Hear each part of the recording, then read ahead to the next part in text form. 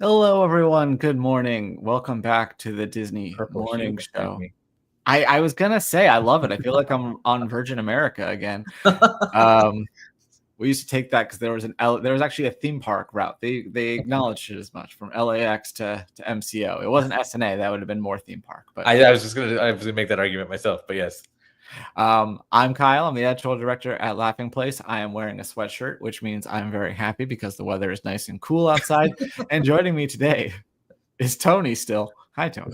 I just left cool weather and it was very appealing and we might go back to it. But then apparently in a few weeks it's gonna get not cool weather, but cold weather. So don't necessarily Florida want that. cold or real cold? Or are you talking about Real Kentucky cold, getting like cold? snow that won't go away. Cold. In Florida. Not in Florida. In Where Kentucky. I just was. Yeah, we were in Kentucky. So Am I allowed to say you're in Kentucky? Yeah. You've vanquished from there. So let's say some hellos before we jump into the show. After yeah, absolutely. Fred talks of hoodies in Kentucky. Top of the morning to you. Genie Plus Plus says good morning. Geo says good morning. Fred says he missed us yesterday. What happened? You tell me, Kyle. I wasn't here yesterday. Sweater for sure. I don't know the exact lineage of things. All I know is Benji had car trouble, so Doobie couldn't do show. I don't know. It is me today, Genie. Tony, hello. Good to see you. I am wondering if Benji's car got bricked because of the AWS outage. It's a non-zero possibility. That's true. That is true. And will guest host Doobie ever return? I'm guessing not. I mean, so here's the deal. He told me not today. He told me not tomorrow. I can't do Thursday. At least I don't. I'm not going to do Thursday. I'm not going to because I'm going to a concert in Oklahoma on Wednesday night, and I don't want to have to worry about getting back in time. And then Friday, I don't know. The hope it would be Friday, but who knows? Anyway, let's get into the way we start every show. The pre-show banter is over. So when we last did this show, which I honestly don't remember when that was, the Disney stock price was at $110.89. Let's check in on it now. $113.44. Wow, nice little pop there. I don't know what's happening in the world right now that would cause that. I know Warner Brothers is up for sale. I hope Disney does not buy them because we don't need to cover anything else for Laughing Place. Anyway, let's get into the news.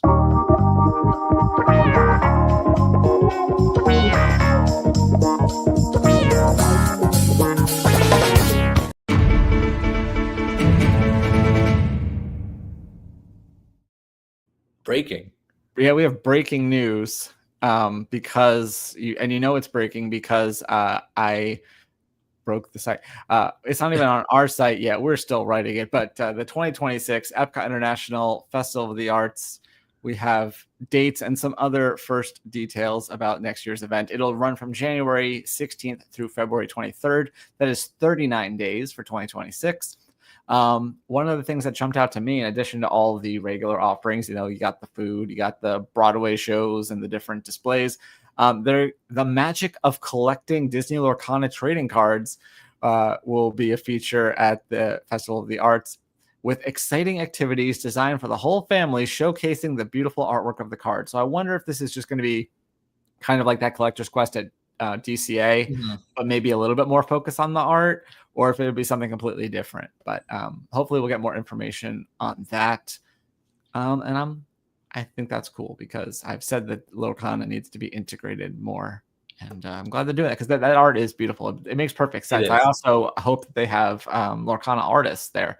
I think by, some of the artists already in the Disney stable, so they might be there anyway. But I think it'd be cool if they actually do have a special Lorcana thing where there's always a Lorcana artist present throughout the festival. That'd be cool. I know at cons and stuff, the Bancroft brothers, Tony and Tom, they've done Mushu, they've done Pumbaa, and they're great pantheon of work. But they also have done some of the Lorcana cards of their characters, and they'll redraw the character and sign it on there. And I think that'd be a really cool thing at Festival of the Arts. But yeah, I do think, going back to the DCA thing, I do think even if they just basically lifted that, it would make sense, because there is kind of oh, look, this is the character, and then it turns into something else. So I think that still kind of sells what the art of Lorcana is about. And plenty of abandoned space at Epcot that they could use it for. So Yeah.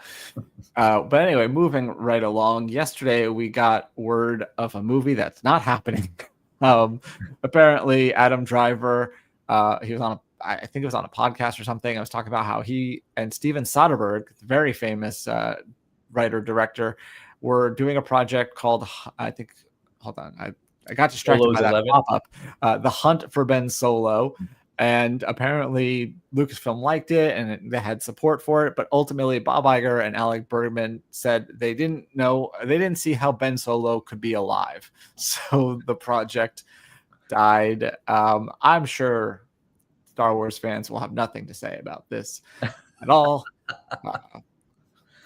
But yeah, interesting little note there. It's also funny that they call it the Ben Solo. Like, there's a big thing Mike always talks about, how when that last film came out, there are people like, he's not Kylo Ren. His name is Ben Solo. And it's like, come on, he's Kylo Ren still. Like, But isn't that akin to like Darth Vader and Anakin Skywalker? Yeah. Yeah.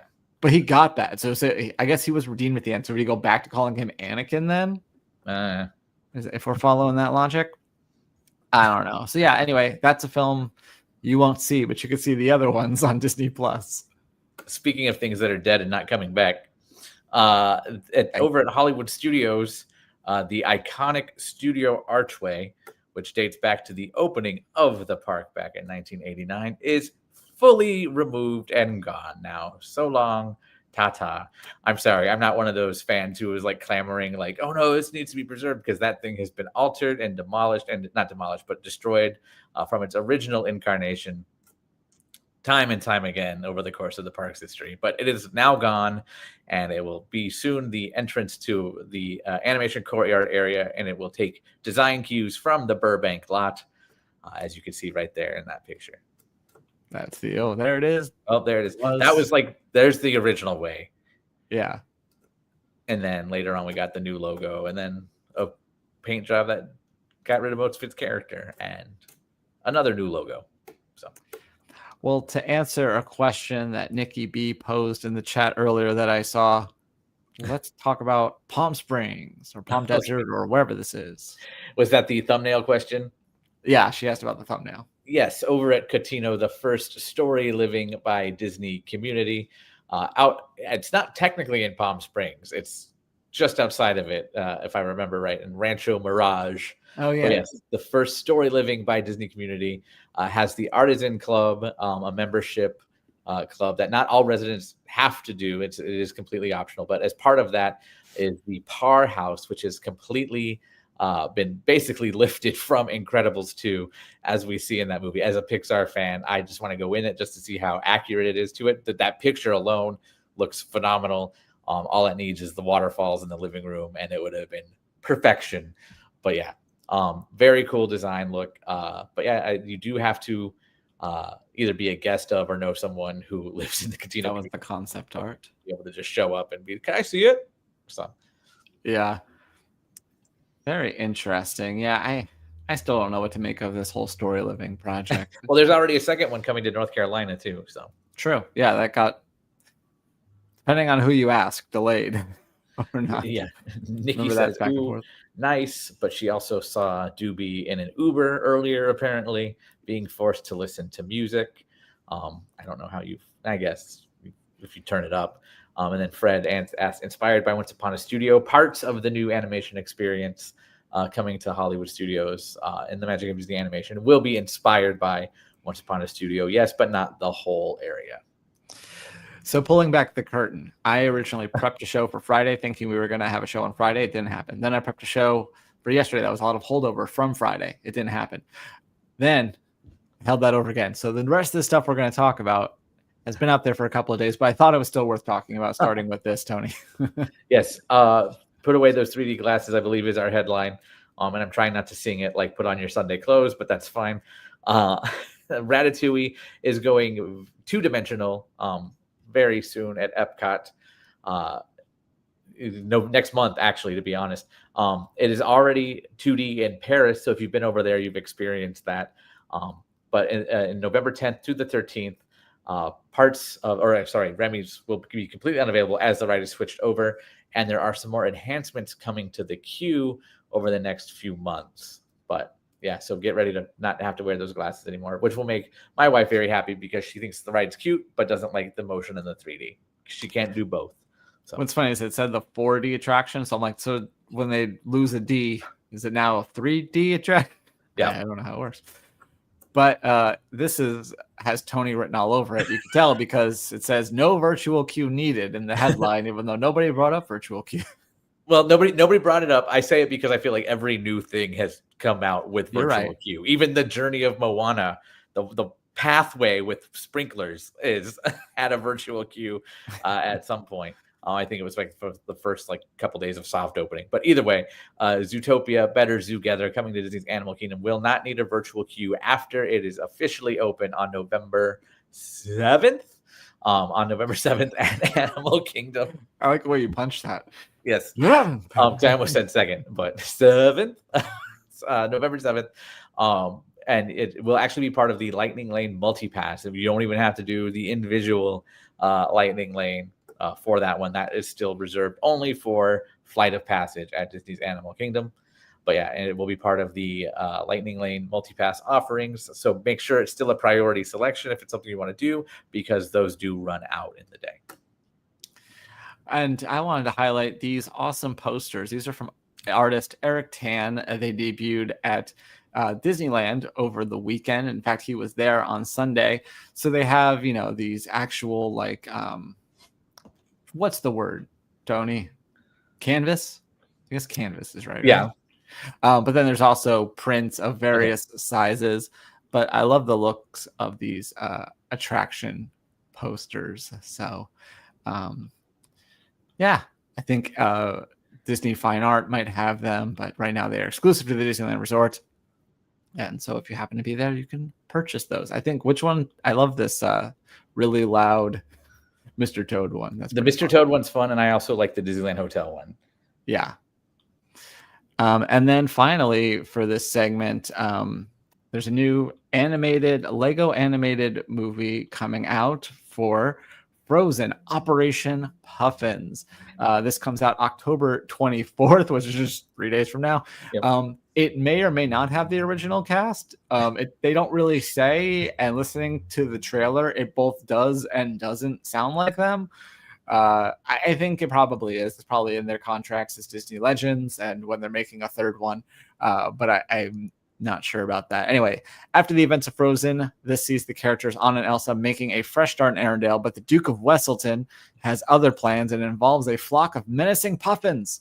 Of course, Olaf, Sven, and Kristoff are all along for the ride as well, so you can check that out on Disney+. Wait, so Wesselton was a villain after all?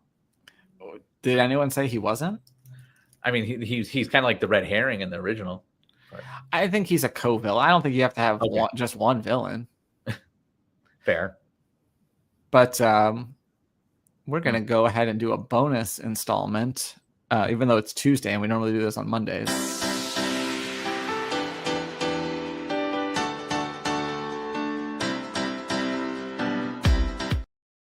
I have a feeling it won't be this time, but that's the wrong thing. Hold on 1 second.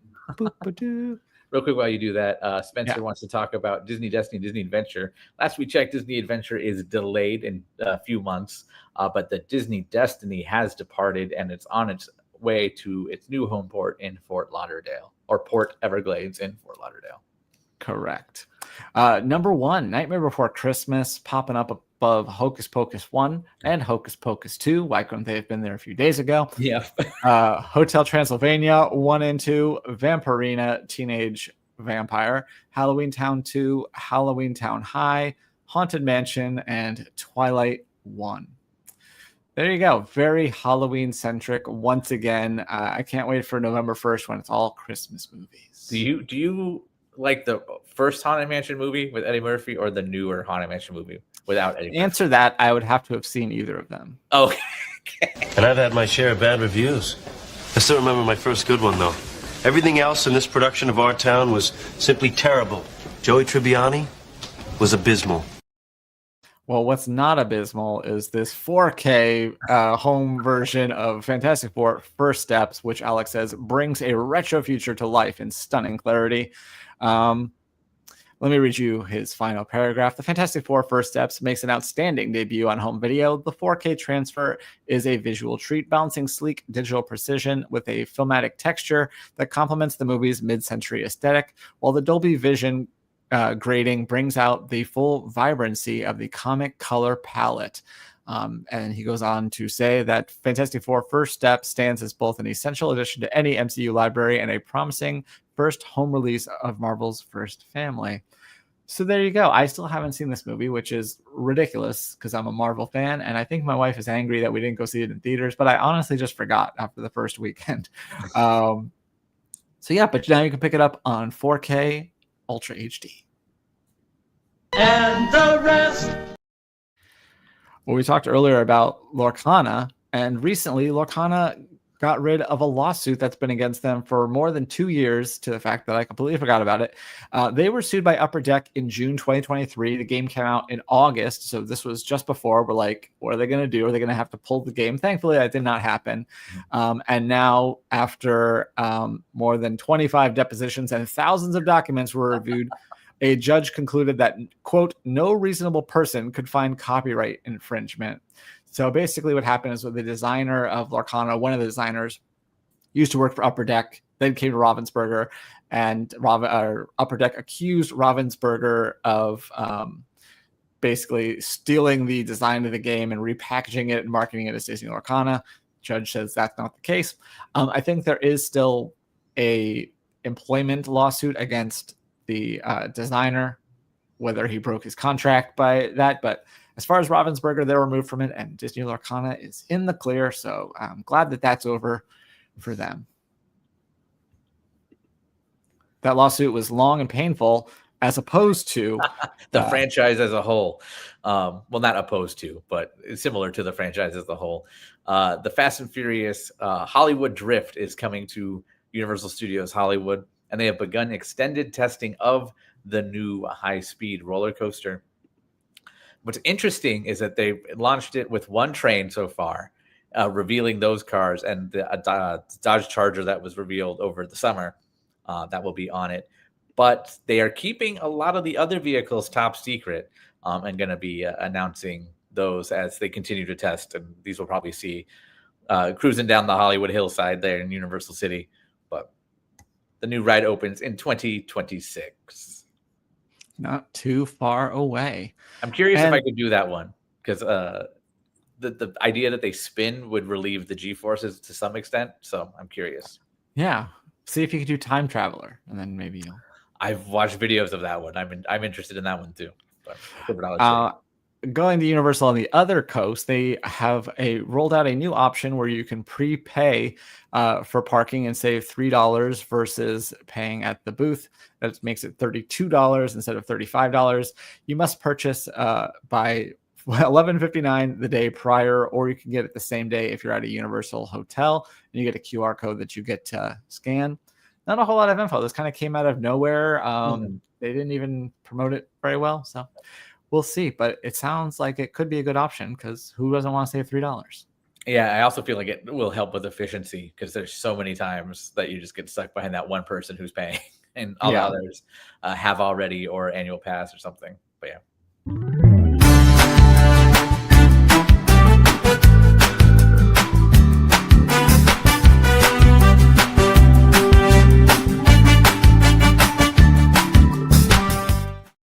Well, going around LP, we did put together another weekly news quiz that you can play. Thankfully, Tony helped me out with a lot of these questions. Probably wrote about a half or more for these. I did reword a couple of them just to make them a little different. I think I even said that, like, to change them as you need. But yeah, like you said which song. I said which song, but which punk band did it? Do you remember which punk band it is? Fall Out Boy? Fall Out Boy is the answer. The other three appear on the A Whole New Sound compilation. So there you go. So anyway, please play our weekly news quiz. I'm proud of it, and I want people to play it. We finally got the episode of We Call It Imagineering that we have been talking about for a week now. It In debuted fairness, on Sunday. D23 at their events have been talking about it for weeks. That's how we knew it was coming when it didn't. Yeah. So anyway, we finally got this episode. Maxon put together a little recap of some of the highlights of that episode. And if you don't want to watch the entire half hour, you could just read about it. But yeah, that is over on Laughing Place. And then also speaking of Maxon, did we not talk? Did I skip over a story earlier, or did I? You might have. Did I accidentally delete it? All right. Well, we didn't even talk about Soaring Across America, which is what I meant to talk about. But you may wonder, what about Flyover America? This particular one happens to be at the Mall of America, and Maxon has been on that. So he just talked about a little bit about that experience. It's obviously a lot longer than Soarin'. It also costs. Well, it's an individual cost. I was going to snarkily say that Rebecca also has been on it. That's why some of her photos are in this. I was going to snarkily say that, oh, well, this version, it can be better because you don't have to pay $20 to get on Disney's. I'm like, well, actually, you might. With individual lightning lane. You very well might. Sure. So anyway, yes, in case you didn't hear, Soarin' Across America is coming next year for the America 250, both coasts, new film. I don't know. I'm excited for it. World is okay, so I'll give America. Hopefully they've learned. I want to know if it will keep the same kind of like hokey transitions and stuff like that. So. They said there would be transitions, but hopefully they're not as hokey is what my hope is. Anyway, fun stuff. The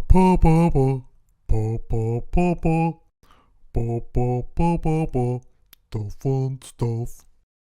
Okay, let's talk about this for a second. Do you know French, by the way? Some French. How do you feel about this headline? I was conflicted slightly. Let me see it again. It's say au revoir to Walt Disney Studios Park, yada yada yada. I think that's okay. I think technically au revoir means until we meet again. Okay. Like goodbye until we meet again. So I didn't know if it should be like adieu or something, but that doesn't sound as French. Yeah. Either way, I feel personally victimized by this piece of news because while I was there, I was thinking I should get something with Walt Disney Studios Park on it.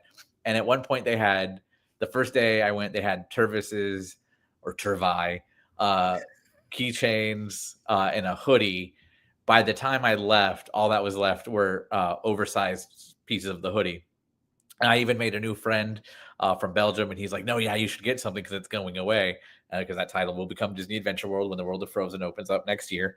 And now, a couple weeks later, here's a full collection of merchandise with the Walt Disney Studios Park name, including the clapboard, which was also suggested to me for finding because it would be more fun that way. But alas, we're getting that, mugs, shirts, lanyards, all kinds of neat little goodies that still say Walt Disney Studios Park because that will be changing in the months ahead. Indeed. I did try to get Riley to make the headline, New Collection Celebrates Worst Disney Theme Parks Impending Demise. But she didn't go for that.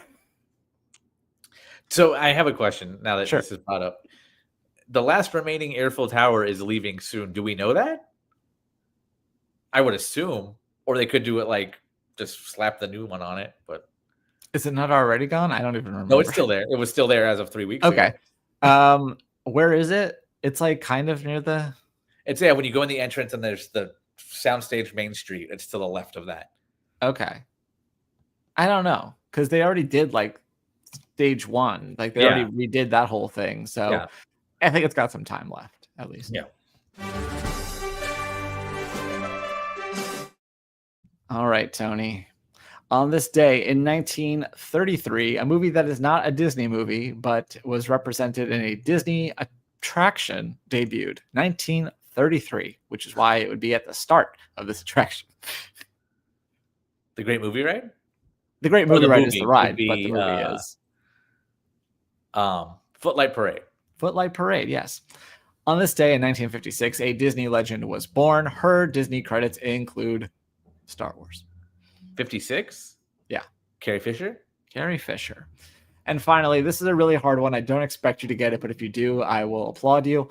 Okay. On this day, in 1972, a promotion at Disneyland. One of the best Disneyland promotions I've ever heard of in my life. It was a 3-day event. It featured a ticker tape parade and a stage show. Was it Winnie the Pooh for president? It is Winnie the Pooh for president. That's one of my wife and I's favorite. So yeah, of course. I honestly thought it was later than that, but yeah. Yeah, well, 72 election year, a month before the election, or not even a month before. So yeah, good job. I didn't.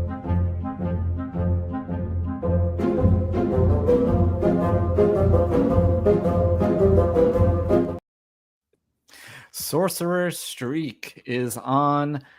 We are deep into this season, but there is still plenty of time left.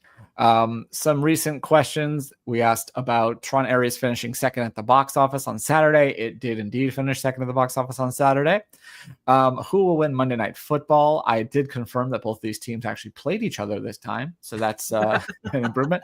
The Detroit Lions won that matchup. And then yesterday, will either Alex and Val or Dylan and Daniela tie for or have the highest score on Tuesday's Dancing with the Stars? So basically, will the highest score of the night go to either Alex and Val or Dylan and Daniela or both?